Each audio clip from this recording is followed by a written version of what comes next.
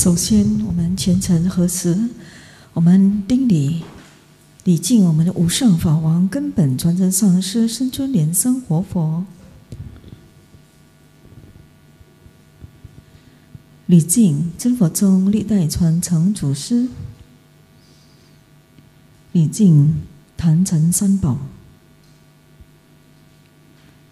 礼敬大觉堂所有坛上诸佛菩萨、金刚护法、空行诸天神众，祈请放光加持。今日说法一切吉祥圆满，利益众生。Om Guru莲生悉地吽。尊敬的长老智莲花常智上师，尊敬的住持释莲样上师、释莲义法师、释莲守法师、释莲霞法师、释莲锦法师，所有讲师、助教、理事长、主席、理事会，所有同门善信大德，还有网络上的同门善信大德，大家晚上好，晚安。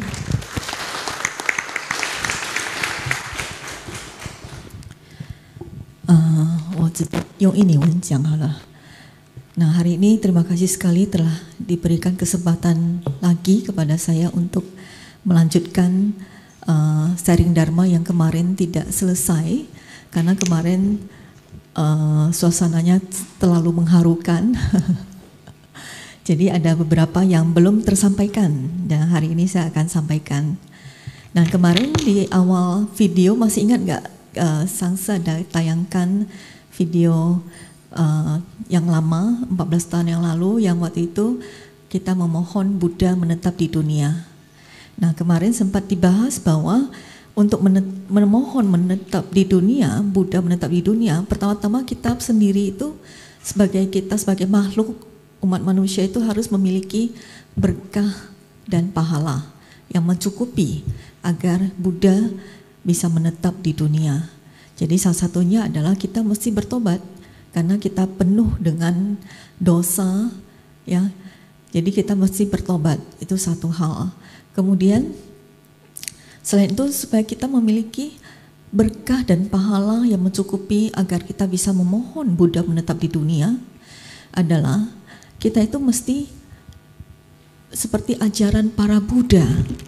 Masih ingat gak ajaran para Buddha itu apa? Banyak berbuat kebaikan, jangan berbuat jahat, sucikan hati dan pikiran. Masih ingat ya? Nah, ini penting sekali. Nah, apa itu sebenarnya jangan berbuat jahat? Nah, jahat itu apa? Definisi jahat itu apa? Ada yang mau menjawab? Sebenarnya di dalam agama Buddha, berbuat jahat, kejahatan itu dibagi menjadi 10. Ada 10 jenis kejahatan yang kita mesti hindari. Kalau kita sebagai umat Buddha, begitu kita bersarana, berguru, kita harus menjalankan apa? Pancasila Buddhisme. Nah, ini Pancasila Buddhisme ini ada 5. Nah, 5 ini adalah salah satu dari 5 perbuatan jahat. Jadi kejahatan itu ada 10 totalnya. Yang dilakukan melalui perbuatan, ya melalui jasmani, itu ada 3. Kemudian melalui ucapan mulut ada 4. Kemudian melalui pikiran ada 3. Jadi totalnya 10. Yang melalui perbuatan itu pertama adalah membunuh, mencuri, kemudian mabuk-mabukan. Nah, ini 3. Kemudian yang melalui ucapan itu adalah berdusta, berbohong, berkata-kata kasar, mengucapkan hal-hal yang tidak berguna, kemudian mengadu domba. Nah, itu 4. Kemudian yang melalui pikiran, yaitu keserakahan, kebencian, dan kebodohan. Nah, ini total ada 10 perbuatan jahat yang mesti kita hindari. Dan selain itu juga yang disebutkan di dalam pertobatan kemarin yang bab ke-4, yaitu 5 perbuatan durhaka juga mesti kita hindari. Yang kemarin sudah jabarkan, yaitu membunuh ayah, membunuh ibu, kemudian melukai sang Buddha hingga berdarah, membunuh arahat, kemudian terakhir adalah memecah belah sangha. Dan yang 5 perbuatan durhaka ini yang paling rentan sekali kita lakukan adalah memecah belah sangha. Itu gampang sekali terjadi. Contoh misalnya saling mengadu domba antar anggota sangha, itu bisa memecah belah sangha. Nah, itu salah satu perbuatan durhaka yang bisa jatuh ke neraka avici seperti yang dikatakan kemarin. Lalu kebalikan dari, nah kita 10 perbuatan jahat itu mesti kita hindari. Kemudian yang mesti kita lakukan banyak berbuat kebajikan. Nah, kebajikan itu apa? Itu kebalikan dari perbuatan jahat tadi, yaitu tidak membunuh, tidak mencuri, tidak berzina, ya, tidak mabuk-mabukan, tidak tidak berdusta. Kemudian yang tidak loba, tidak marah, tidak serakah, tidak membenci, tidak bodoh, ya. Kemudian tidak mengadu domba, tidak berkata kasar. Nah, itu total ada 10 perbuatan kebajikan. Lalu selain itu juga kita seperti di dalam kitab pertobatan kemarin dikatakan kita harus membangkitkan bodhicitta, ya. Kemudian kita menjalankan satparamita seperti berdana, menjalankan sila, ya. Kemudian bersabar, tekun, melatih meditasi, konsentrasi, dan terakhir adalah kita memiliki prasna atau kebiasaan. Nah, inilah yang mesti kita lakukan dan mesti kita hindari, ya. Nah, inilah semua yang mesti kita lakukan agar kita bisa memohon Buddha menetap di dunia.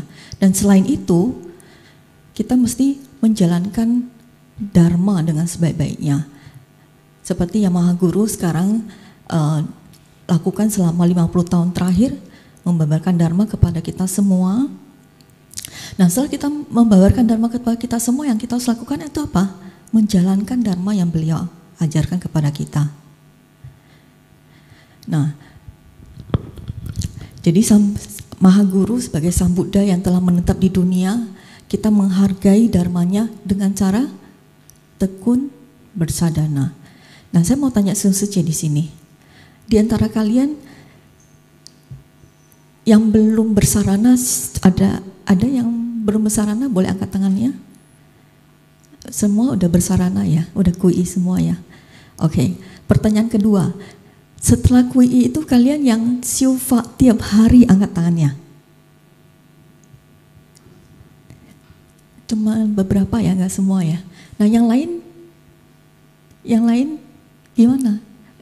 Siufanya seminggu sekali ke vihara aja atau bagaimana? Nah, ini penting sekali. Karena kenapa ya? Secun udah menetap di dunia, udah membabarkan dharma. Saya mau tanya kalian lagi, apakah kalian mendengarkan dharma yang Maha Guru babarkan?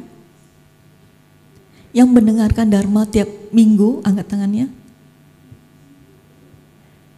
Yang lain, apa kabarnya? Sebenarnya ya, Maha Guru sudah berkenan menetap di dunia. Sampai hari ini beliau membabarkan dharma. Kalau kita tidak mendengar dharma beliau, kita tidak membaca buku beliau, saya mau tanya kalian, Buddha menetap di dunia, apakah ada artinya? Ini kita renungkan sendiri ya, kita introspeksi diri lagi, kita refleksi dalam diri kita sendiri lagi. Kalau kita benar-benar ingin mohon Maha Guru menetap di dunia, bukan cuma dalam mulut saja kita bilang Qingfo Zusi, kita mohon Buddha menetap di dunia, atau di mulut saja kita bilang Secun wo aini, itu nggak ada gunanya kalau kita tidak menjalankan dharma beliau, betul nggak? Nah, ini penting sekali. Makanya kenapa Secun belakangan ya dalam beberapa tahun terakhir itu menunjukkan suatu kondisi yaitu kesehatan fisik menurun, itu semacam fenomena supaya kita lebih lagi tekun menghargai dharma, tekun lagi melatih diri. Nah, ini penting sekali. Dan sebenarnya walaupun suatu hari nanti anitya datang, di mana Maha Guru meninggalkan kita semua, tapi sebenarnya bila di dalam hati kita ada Maha Guru, Di dalam hati kita ada Buddha. Maha Guru tidak pernah meninggalkan kita. Kecuali dalam hati kita sudah tidak ada Maha Guru lagi, di dalam hati kita sudah tidak ada Buddha Guru lagi, maka beliau seperti yang kita lihat, beliau meninggalkan ya, sudah tidak lagi seperti Sang Buddha 2500 tahun yang lalu telah meninggalkan kita. Tapi bila di dalam hati kita ada Buddha, Buddha itu senantiasa bersama dengan kita selama-lamanya. Walaupun fisik itu sudah tidak ada, tapi beliau tetap ada di sisi kita, bersama kita dimanapun kita berada. Nah, ada satu video yang ingin saya tayangkan kepada Anda semua. Mohon disimak baik-baik video ini karena ini penting sekali. Kalau suatu hari nanti di mana Anitya sudah datang, Maha Guru telah meninggalkan fisiknya, tapi sebenarnya Maha Guru tidak pernah meninggalkan kita. Mari diputar videonya, terima kasih. 你们祈求根本上师的加持，不是当时的加持就有，明天就没加持就没有，不是的。我给你加持了以后，你经常观想你自己的根本上师注顶，修了根本上师的法，就已经明天你也受了加持，后天你也受了加持。你每天修法，天天加持。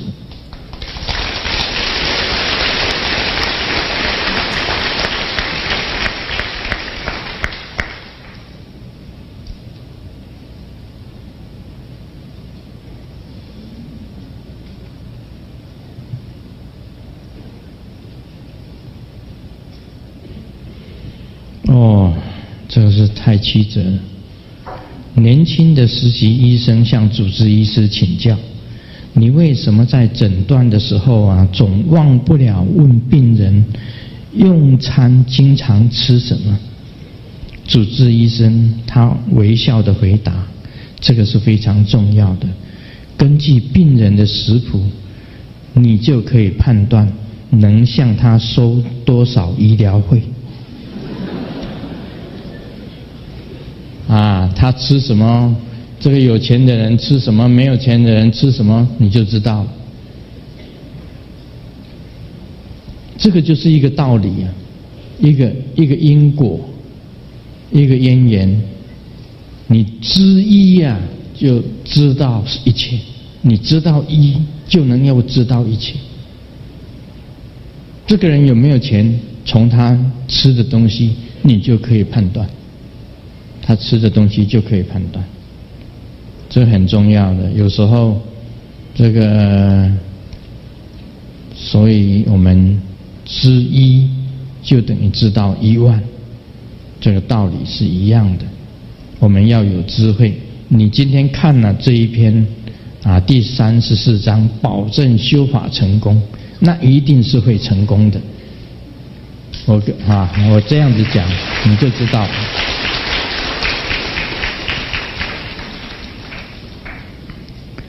你们要永远记得，加持是永远不会消失的。当每一回修法的时候，一定要祈求根本上师加持，正如同我每一回都祷告我的上师加持是一样的。我也是经常祈求上师给我加持。那么祈求我的上师给我这个灌顶。每一次我说法，你看我每一次说法，哪一次没有先顶礼我自己的所有的上师？哪一次没有？我一定先敬礼了明和尚、萨迦正空上师、16世大宝法王卡玛巴、图登达尔吉上师，一定要先敬礼。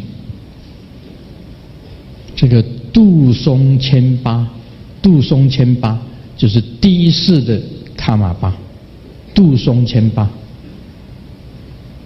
他有一次在他的上师是冈波巴，冈波巴刚刚已经延吉的时候，已经延吉了。有一天，冈波巴出现，让杜松谦巴看，整整一天陪着杜松谦巴在一起。他知道自己的根本上师啊，根本就没有死。你们行者就要有这种体会，你的根本上师有一天他的肉身不在了，但是他永远住在你的头顶上，或者在你的身边，永远跟你在一起。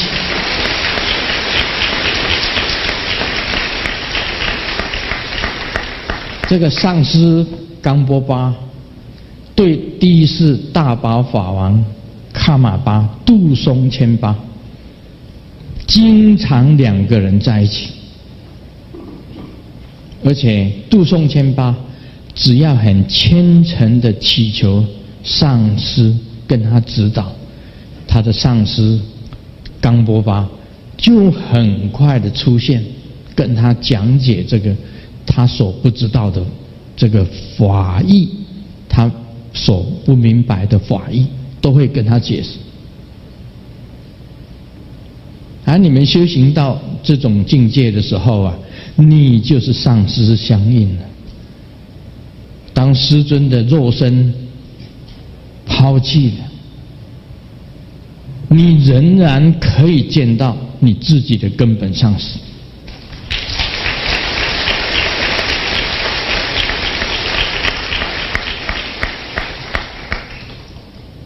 所以呢，我们要永远记得，加持是永远不会消失的，灌顶是永远不会消失的。当每一回修法的时候，一定要祈求根本上师加持，正如同我每一回都祷告我的上师加持是一样的。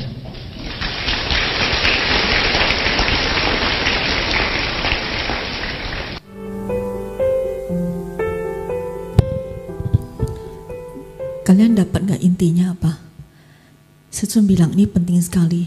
Tiap kali kita bersadana, mesti ingat berdoa kepada Maha Guru kita, Mula Guru kita, untuk menetap di atas kepala kita, memberkati kita. Apapun yang kita lakukan, kita berdoa kepada Maha Guru agar memberkati kita. Maka Maha Guru tidak pernah meninggalkan kita. Walaupun fisik beliau sudah tidak ada, tapi kita tetap bisa melihat beliau. Kita tetap bisa merasakan kehadiran beliau bersama kita. Kalau kita butuh petunjuk beliau, kita mau berdoa pada beliau, beliau akan memberikan jalan petunjuk untuk kita. Nah, ini sangat mengharukan ya. Jadi kita tidak perlu takut suatu hari nanti Anitya datang, Maha Guru meninggalkan kita. Tidak. Maha Guru tidak pernah meninggalkan muridnya yang benar-benar tetap ingat beliau, tetap merenungkan beliau, selalu berdoa pada beliau. Ini penting sekali, dan makanya di dalam ajaran terakhir dari para Buddha adalah sucikan hati dan pikiran. Jadi kalau kita bisa sucikan hati dan pikiran, barulah Buddha akan turun. Kalau pikiran dan batin kita tuh kotor, Buddha turun pun kita tidak tahu, kita tidak sadar. Jadi makanya penting sekali setelah berbuat baik, kurangin kejahatan, sucikan hati dan pikiran. Makanya kemarin di Ifas ada bilang dia bisa melihat Dharma Kaya Maha Guru, tubuh Dharma Maha Guru. Caranya adalah sucikan hati dan pikiran. Nah ini paling penting ya, paling penting sekali. Tacik Tang ya, berbahagia sekali kali ini bisa kedatangan Cangtut Changlao. Beliau ini Setsun selalu puji beliau sebagai seorang profesor dalam bidang agama Buddha. Jadi beliau ini sebenarnya dharmanya banyak sekali, karena beliau itu sangat seorang sadaka sejati. Jadi itu beliau sangat censi ya. Semoga ada kesempatan kita untuk memohon beliau membabarkan dharma 12 nidana seingyan. Yang setuju tepuk tangan yang meriah.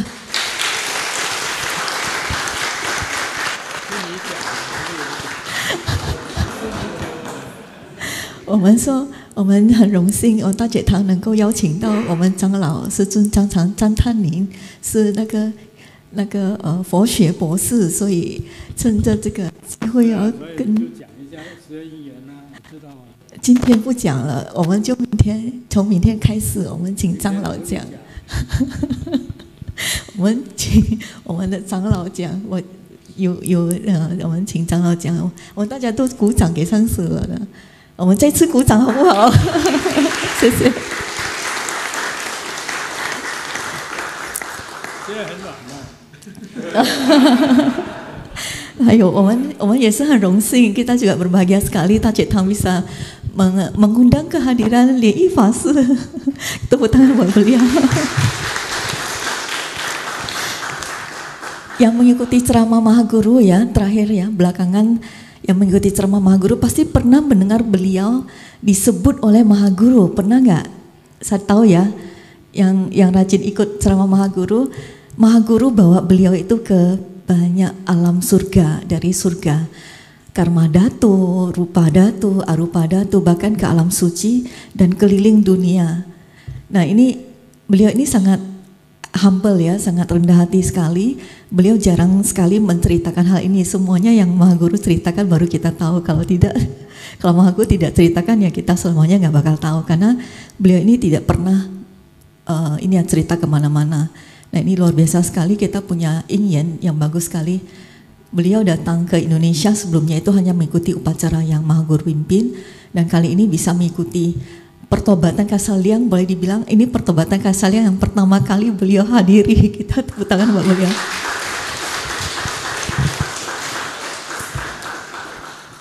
Nah, Liei fase ini nanti tanggal 28 Agustus akan kembali ke Seattle dan akan menetap di sana. Jadi untuk kedepannya bagi mau ketemu harus ke Seattle dulu baru bisa ketemu lagi. Jadi nggak tahu kapan lagi dia bisa kembali di sini. Jadi kita kalau ada kesempatan juga kita mengundang beliau lagi untuk menyampaikan dharma kepada kita semua ya. Tentu saja Changlao yang pertama, fase kedua. Dan Cucu kita tiap hari kita kasih kita ceramah, bagus ya ceramahnya. Cucu kita ya Lian Yang Sangsi, kita tepuk tangan juga buat Lian Yang Sangsi. Sebenarnya Lian Yang Sangsi ini sangat优秀ya, sangat berkualitas, dharmanya juga banyak sekali. Apalagi beliau ini tiap hari ada sharing tentang arti dari Liang Wan Bao Chan ya. Kalau tidak ada sharing dari beliau terjemahkan ke dalam bahasa Indonesia, kita mungkin nggak akan ngerti isi dari sutra yang begitu dalam ya, yang sangat klasik ya, kita juga nggak bakal ngerti. Kita sekali lagi beri tepuk tangan untuk Lian Yang Sangsi. Nah itu satu, yang terakhir adalah kabar gembira dari TBF, True Buddha Foundation, kemarin baru diumumkan. Kita di sini ada penambahan Dharma Duta, Hong Fa Ren Yuan, yaitu ada 2 cuciao ya, yang baru diresmikan kemarin. Kita mohon berdiri Sinta Cuciao dan Melisa Cuciao. Ya, ini dari Vihara Padma Suci. Kemudian ada satu lagi dari Vihara Dharma Agung. Dharma Agung dari Makassar. Kelvin Cuciao. Ya, kita beri selamat untuk 3 cuciao yang baru diangkat dan terpilih. Mereka juga usaha kerasnya mengikuti pelatihan selama setahun ya. Di Zoom tiap hari Jumat, tiap hari Sabtu ikutin terus, barulah ada hasil yang sekarang. Semoga mereka bisa bersama-sama dengan kita semua membabarkan dharma yang kepada semua insan, dan juga bisa menghormati guru, menghargai dharma dan tekun bersadana. Dan semoga suatu hari nanti kita semua bisa berhasil, kita semua bisa kembali ke Mahapadminiloka ya. Dan sekian dulu sharing dharma saya pada malam hari ini, dan sudah malam sekali. Semoga kalian bisa besok datang lagi ya. Kita mau tunggu-tunggu Changlao ceramah tentang12 因缘ya. Sampai di sini dulu kita tutup. Terima kasih semuanya. Om Mani Padme Hum.